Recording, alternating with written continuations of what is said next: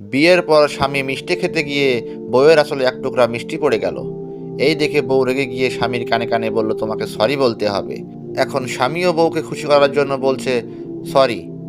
তখন বউ বলছে, না, এইভাবে বললে হবে না, 3বার বলতে হবে সরি। তখন স্বামী বলল, আচ্ছা, সরি সরি সরি। তখন বউ বলল, না, এইভাবে বললে হবে না, এই উন্মুক্ত সবার সামনে তোমাকে সরি বলতে হবে, লোকজনের সামনে। তখন লোকটি কোনো উপায় না পেয়ে মাইক হাতে নিয়ে বলল, সরি সরি সরি। এইভাবে 3বার সরি বলার পর সে বলল, আমার আর একটু কথা আছে, 1 তালাক, 2 তালাক, 3 তালাক, একবারে 22 তালাক। কারণ বিয়ের প্রথম দিনেই এক টুকরা মিষ্টি কাপড়ে পড়েছে, সেই জন্য যদি আমাকে এই উন্মুক্ত মানুষের সামনে, সবার সামনে যদি আমাকে মাইক নিয়ে 3বার সরি বলতে হয়, তাহলে 60 বছর জীবনে তার সাথে আমি সংসার করব কিভাবে? সুতরাং আমার এমন কোনো বউ চাই না যে উন্মুক্ত মানুষের সামনে নিজের স্বামীকে অপমান করে, ছোট করে।